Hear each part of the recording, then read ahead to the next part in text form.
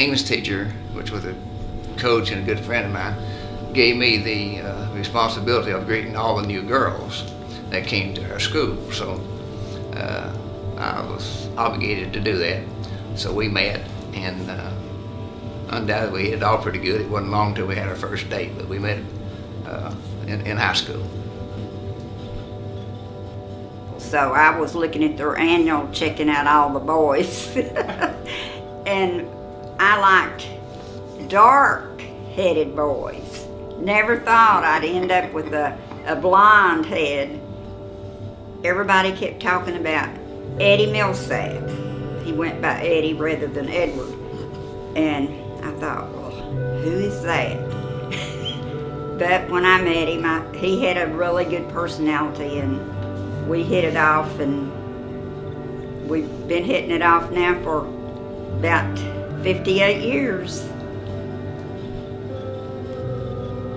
As we came back to her house, it was on her couch, and I told her I loved her. Fortunate as it was, I had a small dairy. I sold my cattle and was able to get rid of the farm for Mom and got her secured. I bought a 55 Ford, this was a 58, paid cash for it.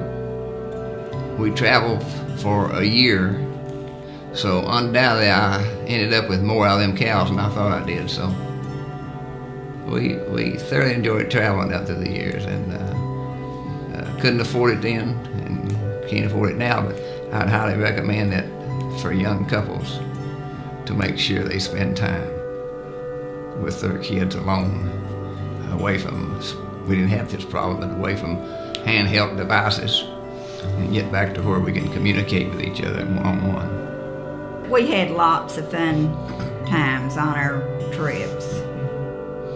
Well, I was saved at Bible school when I was 12 years old. Needless to say, like a lot of the rest of us, we might not have been as faithful and as true as we should have as we grew up. But the Lord has always taken care of us. He supplied all of our needs and most of our wants. So, when Ed and I got married, he had grown up Methodist, I'd grown up Baptist, and I wasn't saved yet. I had been in church all my life, but I wasn't saved. And when I had Karen, I was 21. Well, that's when I got saved. Like Ed said, the Lord has always been very good to us. We've had all of our needs met. We've always been faithful to tithe all down through the years, and the Lord has blessed us for doing that. we were on a trip to a vacation, and I got to cramping. Went in, 7 hours later, I was laying in a bed recovering with 7, 8 or 9 or 10 inches of my colon had been removed. As we were laying there one night in bed, praying that the Lord would see fit to turn that around and get this over with, I made a commitment to him at that time. If he would get me out of there, get me back on my feet, that I would do his mission work. He got us out of that bed in 14 days, brought us home.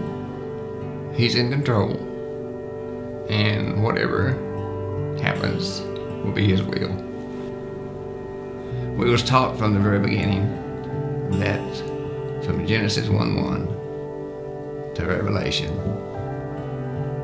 if it said it, that was facts.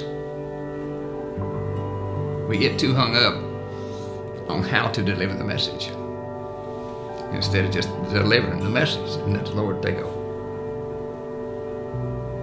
For all our family and all our friends, there's going to be a great reunion one of these days, and they need to get their ticket today. Their ticket number is John 3:16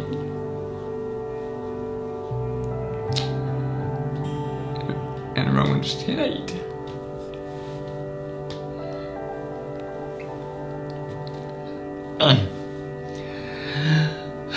And that's the only way to catch the bus.